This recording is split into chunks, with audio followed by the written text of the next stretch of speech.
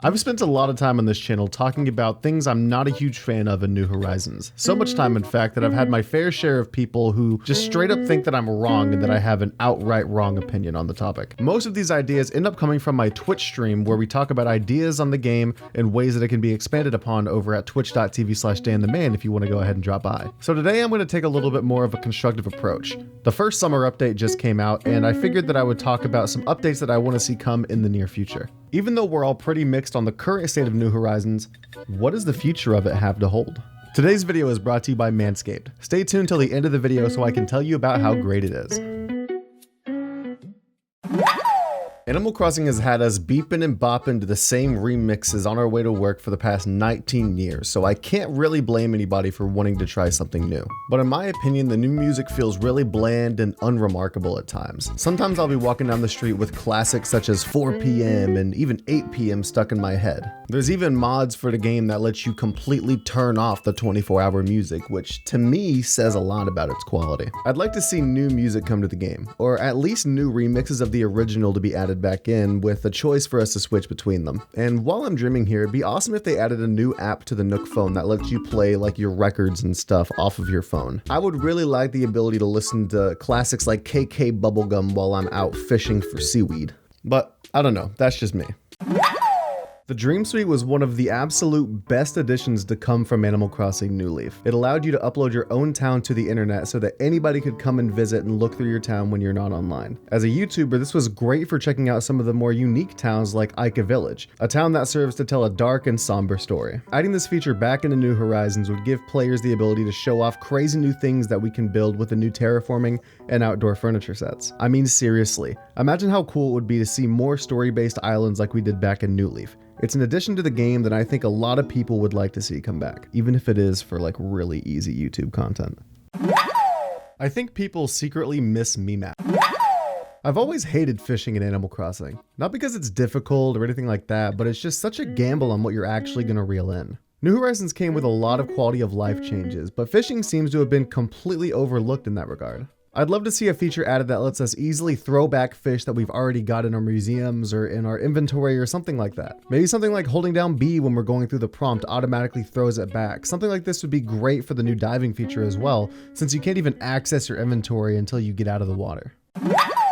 Talking to villagers is like trying to talk to anybody about politics. Kind of a complete waste of time. Since I've started playing Animal Crossing on this channel, I've cycled through nearly every main title game in the series, and what I've noticed is that the villagers get more and more boring to talk to as the series goes on. New Horizons is no exception to this rule. They don't have errands for you to run, they don't randomly come and visit your towns anymore, they don't even ask you to help them find their keys when they've locked themselves out of their houses or anything like that. Villagers in New Horizons have the least amount of personality of any of the other games. Take a look at, say, Vlad from City Folk. Keep on my good side and you'll enjoy life in the hood.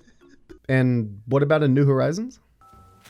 Oh, what's up, Bob? Hey, so, I know I had something to say. I forgot what it was.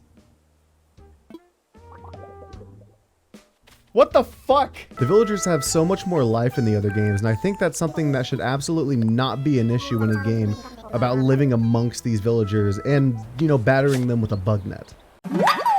I talked about this more in a previous video, but New Horizons has a pretty bare bones online experience that I imagine is going to be added on to in future updates. I've already talked about how great it would be for them to add the ability to decorate an island with a group of friends, but there are a handful of other features I'd love to see come from a future update. This could be built upon by giving hosts more options for permissions in regards to what visitors are able to do. Streamlining the joining process is a very obvious upgrade. Island tours and multiplayer would be pretty sick. I understand they won't do this, but being able to trade fish and bugs would be really nice for new players who maybe just missed the time of the year for a creature, while a friend might have extras. We can already kind of do this with fossils, but it'd be cool to see it expand to other museum items. More special islands like the one in New Leaf would be cool. I could literally sit here all day. I feel like I've been proven wrong a bit. New Horizons feels like its monthly content is going to come with a lot of substance that adds to the game more and more as the years go by. These are obviously things that I would like to see, but there's a comment section down there. Let me know what your dream additions to the game would be down in the comments below. We also have a Discord server where the community plays, posts memes, and talks about a variety of Nintendo games, so join that if you want to connect with me and the rest of our community. But now, here's a word from our sponsor.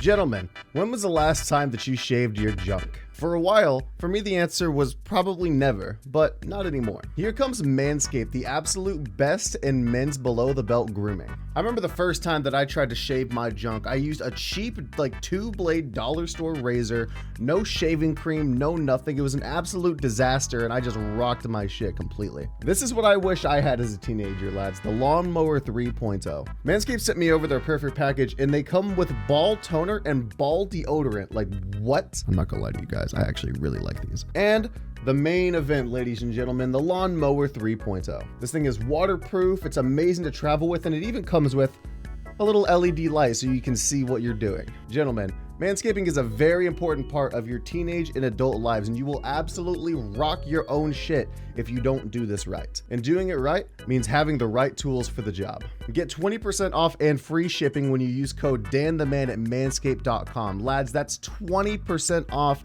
and free shipping. You could buy the perfect package 3.0 and still have enough money left over for a celebratory dinner at Olive Garden. Honestly, even just speaking for myself, I think that you'll celebrate getting this thing. I absolutely love everything in this package. It's completely changed my manscaping game and I can't recommend it enough. But I do also recommend getting the Perfect Package 3.0 because it's such a great value. Not only do you get all of these amazing products, including their underwear, which has sent me down a completely different rabbit hole about premium boxers, but they'll also send you new blades for your lawnmower every 3 months to help keep this sucker clean, which is really nice. Thanks again to Manscaped for sponsoring today's video. Guys, remember that's code DannTheMan for 20% off at manscaped.com.